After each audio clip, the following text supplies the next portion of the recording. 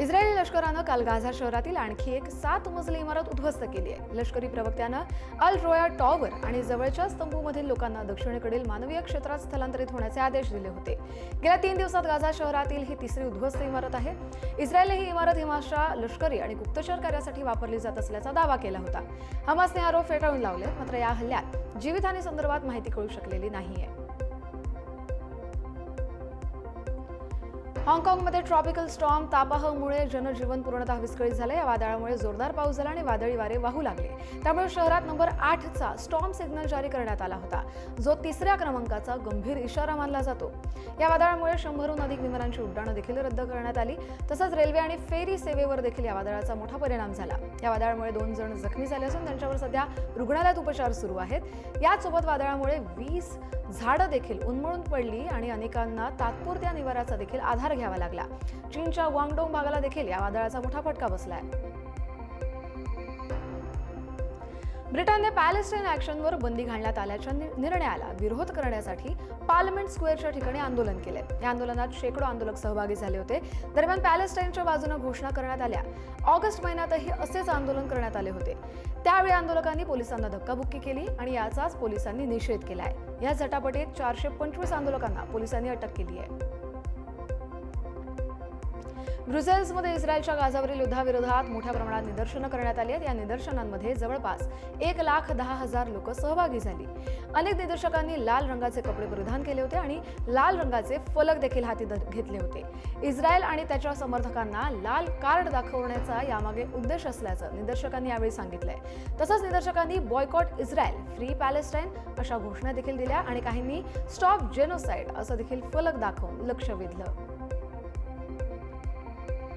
ब्राझीलचे माजी राष्ट्राध्यक्ष जेर बोल्सोनारो यांच्या समर्थकांनी स्वातंत्र्यदिनी रविवारी रस्त्यावरून सर्वोच्च न्यायालयाविरोधात निदर्शनं केली. या आठवड्यात बोल्सोनारो यांच्या कथित सत्ता पालटाच्या खटल्याचा निकाल लागतोय. त्यामुळे रिओ द जानेरो आणि साओ पावलो इथे हजारो समर्थकांनी पिवळ्या आणि हिरव्या रंगात मिरवणूक काढली. बोल्सोनारो यांच्यावर 2022च्या निवडणुकीत लुला यांच्याकडून पराभव झाल्यानंतर सत्तेवर राहण्यासाठी सत्ता पालटाचा प्रयत्न केल्याचा आरोप करण्यात आलाय.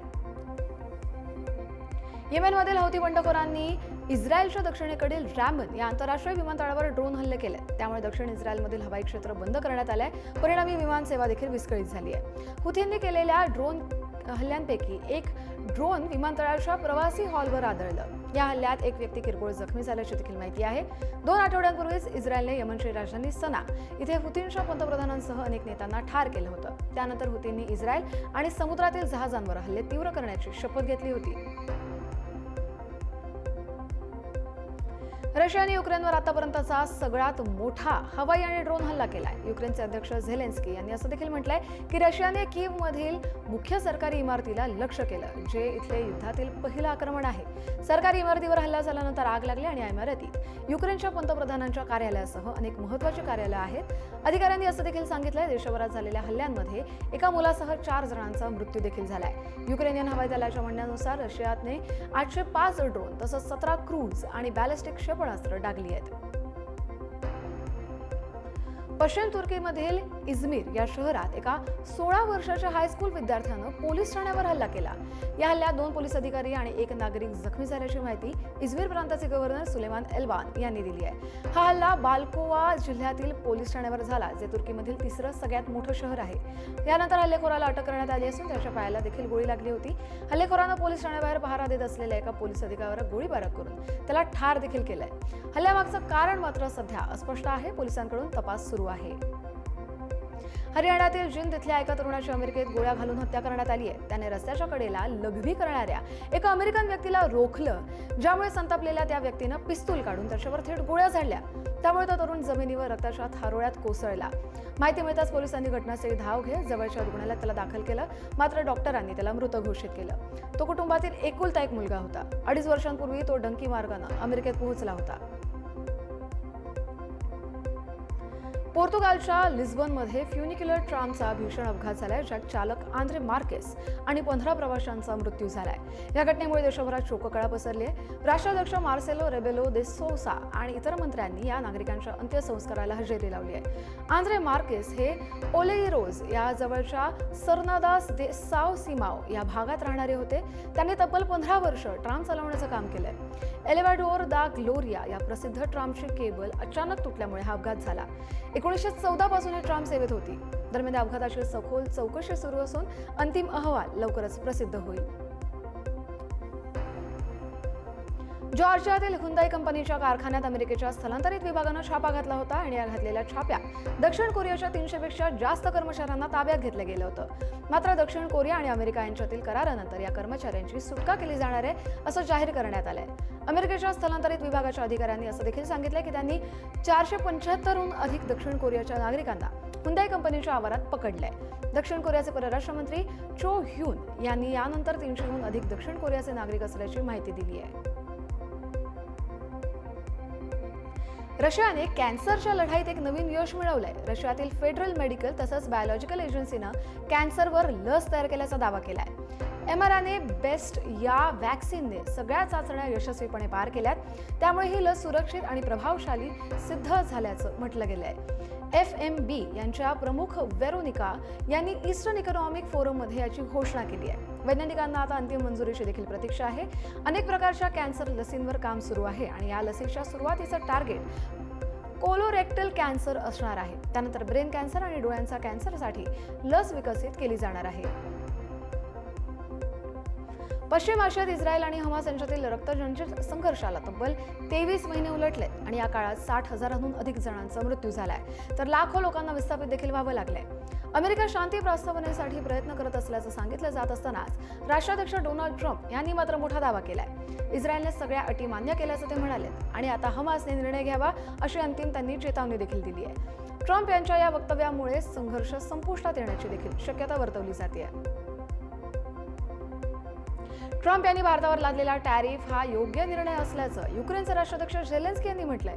झेलेन्स्की यांनी डोनाल्ड ट्रम्प यांचं समर्थन केलंय. ट्रम्प यांनी भारतावर आधी 25% कर लादला होता आणि आता हा कर 50% वाढवण्यात आलाय. झेलेन्स्की यांनी चीन, रशिया आणि भारताचे नेते एकाच व्यासपीठावर एकत्र येण्याबाबत देखील प्रतिक्रिया दिली आहे. रशियासोबत व्यवसाय करणाऱ्यांवर निर्बंध लादणं आवश्यक असल्याचं झेलेन्स्की म्हणाले. ट्रम्प सरकारने उचललेल्या पावलांवर मी खुश आहे असं देखील झेलेन्स्की यांनी म्हटलंय. रशियाकडून तेल खरेदी करणाऱ्या देशांवर कठोर आर्थिक निर्बंध लादण्याच्या तयारीत अमेरिका आणि युरोपियन देश आहेत. त्यामुळे भारताची आता चिंता वाढली आहे. अमेरिकेचे अर्थमंत्री स्कॉट बेसेंट यांनी रशियावर दबाव टाकण्यासाठी अमेरिका आणि युरोपीय महासंघ मिळून पावलं उचलणार असल्याचं स्पष्ट केलंय. अमेरिकेनं आधीच भारतावर 50% आयात शुल्क लादलं असून युरोपीय देश देखील अशाच निर्णयाच्या तयारीत असल्याचे संकेत दिले जात आहेत. भारतासाठी त्यामुळे ही आर्थिक आणि व्यापारी दृष्ट्या धोक्याची घंटा ठरू शकते. तर दुसरीकडे ट्रम्प यांनी मोदींवर कौतुकाचा वर्षावही केलाय, पण अमेरिकेकडून धोरण मात्र कठोर लादलं जात आहे. इराणचे सर्वोच्च नेते आयतुल्ला अली खामेनी यांनी इतर देशांना इस्रायलशी व्यावसायिक आणि राजनैतिक संबंध तोडण्याचं आवाहन केलंय.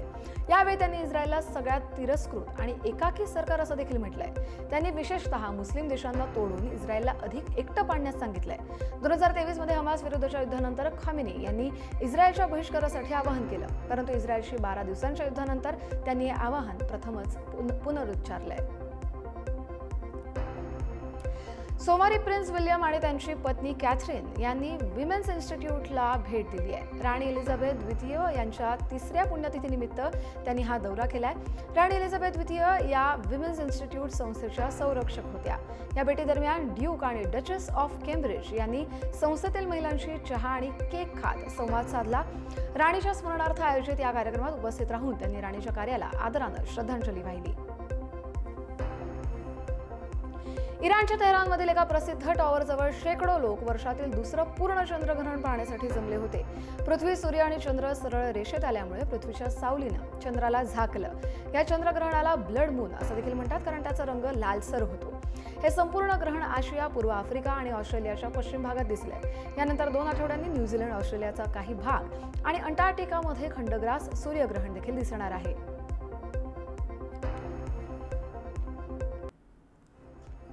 यंदाच्या पावसाळ्याने हिमाचल प्रदेशमध्ये प्रचंड हाहाकार माजवलाय. जून महिन्यापासून सुरू झालेल्या मुसळधार पावसामुळे राज्यात आतापर्यंत 366 लोकांचा मृत्यू झालाय, तर 41 लोक अजूनही बेपत्ता आहेत. या पावसाळ्यात हिमाचल प्रदेशाचं आतापर्यंत 4079 कोटी रुपयांचं मोठं नुकसानही झालंय आणि या पावसामुळे राज्यात 45 ढगफुटी, अचानक आलेल्या पुराच्या 95 घटना आणि 135 मोठ्या दरडी कोसळल्याच्या देखील घटना घडल्यात. त्यामुळे 6025हून अधिक घरं आणि 455 दुकानं किंवा कारखाने पूर्णपणे खराब झालेत. यासोबतच राज्यातील 869 रस्ते, ज्यात 3 राष्ट्रीय महामार्गांचा समावेश आहे, ते देखील बंद करण्यात आले आहेत. गुजरातच्या बनासकांठा जिल्ह्याला सध्या जोरदार पावसानं झोडपून काढलंय. या अतिवृष्टीमुळे अनेक भागात पूरसदृश परिस्थिती निर्माण झाली आहे. त्यामुळे जनजीवन पूर्णतः विस्कळीत झालंय. पावसाच्या पाण्यामुळे अनेक ठिकाणी रस्ते पाण्याखाली गेले असून वाहतूक देखील ठप्प झाली आहे. सखल भागात घरांमध्ये पाणी शिरल्याने लोकांना अनेक अडचणींचा सामना करावा लागतोय. बचाव कार्यासाठी स्थानिक प्रशासनाने मदत पथकं तैनात केली आहेत. नागरिकांना सुरक्षित ठिकाणी राहण्याचं आणि आवश्यक असल्याशिवाय घराबाहेर न पडण्याचं आवाहन देखील करण्यात आलंय. बिहारमधील कटिहारचे काँग्रेस खासदार तारिक अनवर पूरग्रस्त भागाची पाहणी करण्यासाठी गेले होते. मात्र यावेळी पाहणी करताना चिखल आणि पाणी पाहून ते थेट कार्यकर्त्यांच्या खांद्यावर बसले. या घटनेचा व्हिडिओ सोशल मीडियावर तुफान व्हायरल होतोय. धुरियाही, शिवनगर आणि सोनाखाल या गावात हे खासदार पाहणी करण्यासाठी गेले होते. दरम्यान स्थानिक कार्यकर्त्यांनी आग्रह केला म्हणून खांद्यावर बसलो असं स्पष्टीकरण या खासदारानं दिलंय. मात्र हा व्हिडिओ समोर आल्यानंतर राजकीय टीका आणि सोशल मीडियावर चांगलंच वादंग निर्माण झालंय. अतिवृष्टी आणि पुरामुळे छत्तीसगड आणि पंजाबमध्ये मोठ्या प्रमाणावर हानी झाली आहे. अनेक घरांचं मोठं नुकसान झालंय. जनजीवन पूर्णतः विस्कळीत झालंय. या परिस्थितीबाबत चिंता व्यक्त करत मुख्यमंत्री डॉक्टर प्रमोद सावंत यांनी गोव्याच्या वतीनं तातडीची मदत जाहीर केली आहे. मुख्यमंत्री मदत निधीतून प्रत्येकी 5 कोटी रुपयांची मदत दिली जाणार असून ही मदत बचाव कार्य, मदत कार्य आणि पुनर्वसनासाठी वापरण्यात येईल. संकटाच्या प्रसंगी देश एक दिलानं उभा राहत असतो आणि गोवा नेहमीच आपली जबाबदारी निभावत राहील असं मुख्यमंत्री डॉक्टर सावंत यांनी म्हटलंय.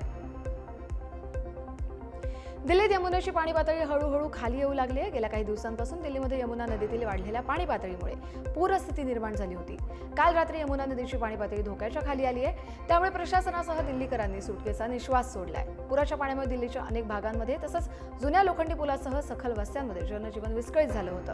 पाणी पातळीत घट झाल्यामुळे यमुनेच्या जुन्या पुलावर रेल्वे आणि वाहनांची वाहतूक पूर्ववत होण्याची शक्यता आहे.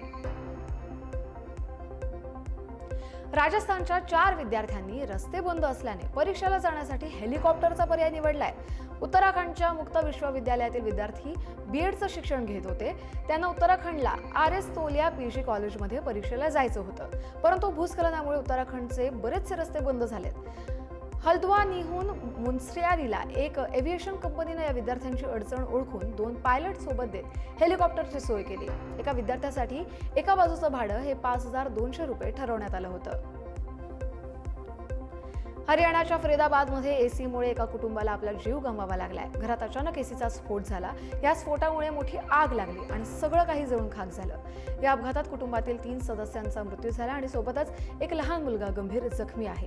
घटना घडण्यापूर्वी संपूर्ण कुटुंब आपापल्या खोल्यांमध्ये झोपलं होतं. त्यांना स्वतःला वाचवण्याची देखील संधी मिळाली नाही. या घटनेची माहिती मिळताच स्थानिक लोकांनी तात्काळ पोलीस आणि अग्निशमन विभागाला माहिती दिली. अग्निशमन विभाग आणि पोलीस घटनास्थळी पोहोचलं. अग्निशमन दलानं आग आटोक्यात आणली आणि पोलिसांनी पुढील हालचाली सुरू केल्या. उत्तर प्रदेशमध्ये फरुखाबादचे भाजप खासदार मुकेश राजपूत यांच्या बहिणीला तिच्या सासरच्यांनी मारहाण केली आहे. सासरा आणि दिराने भर रस्त्यावर तिला बेदम मारहाण केली आहे. कासगंजमधील घराबाहेर सासऱ्यांनी तिला काठीनं मारहाण केली आहे. या मारहाणीवेळी खासदाराच्या बहिणीनं स्वतःच्या बचावासाठी आरडाओरड देखील केली. दोन्ही दिरांनी देखील खासदाराच्या बहिणीला मारहाण केली आहे. एकानं रस्त्याच्या मधोमध तिचे केस धरून ओढले. दुसऱ्या दिरानं तिला लोखंडी रॉडनं मारहाण केली.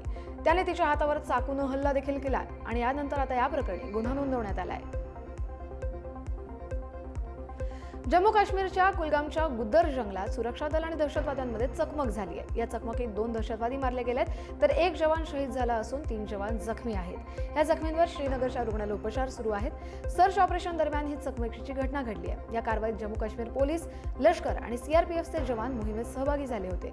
तर सुरक्षा दलानं गुप्तचरांनी 2 ते 3 दहशतवादी लपून बसल्याची माहिती दिल्यानंतर हे सर्च ऑपरेशन सुरू करण्यात आलं होतं.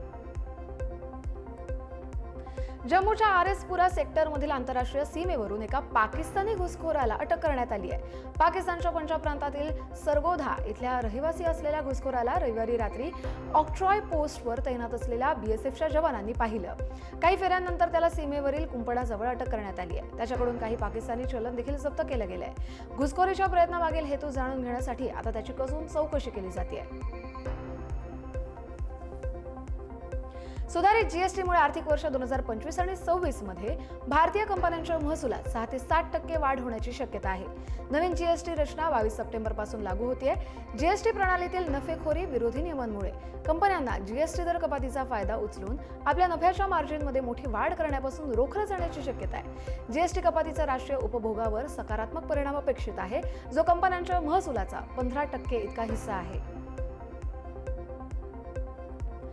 जीएसटी परिषदेच्या 56व्या बैठकीमध्ये वस्तू पुरवठा करण्यावर 18% जीएसटी लावण्यात येणार आहे. त्यामुळे झोमॅटो, स्विगी आणि ब्लिंकिट, झेप्टो यासारख्या कंपन्यांच्या सेवा महाग होण्याची शक्यता आहे. फूड डिलिव्हरी आणि क्निक या कॉमर्स वाढीव जीएसटी लागल्यामुळे आता अशा ॲप्सद्वारे वस्तू ऑर्डर करणं महाग होणार आहे, कारण ई कॉमर्स ऑपरेटर डिलिव्हरी आणि प्लॅटफॉर्म शुल्क वाढवण्याची शक्यता आहे.